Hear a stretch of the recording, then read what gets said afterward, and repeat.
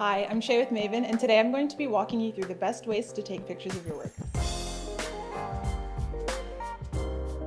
We're going to be covering three main things: lighting, background, and close-up shots.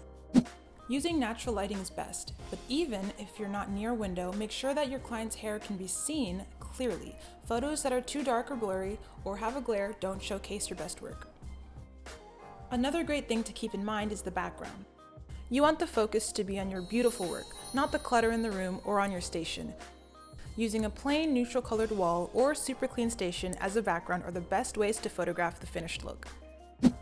Let's see those details. Take a mix of close-up shots and pictures that show the client's full head of hair in the frame. Photos that are too far away take the focus away from what you're trying to promote. These three tips will help you take amazing photos of your work, and it'll show your clients what an incredible service they'll be getting from you. Thanks for watching. See you next time.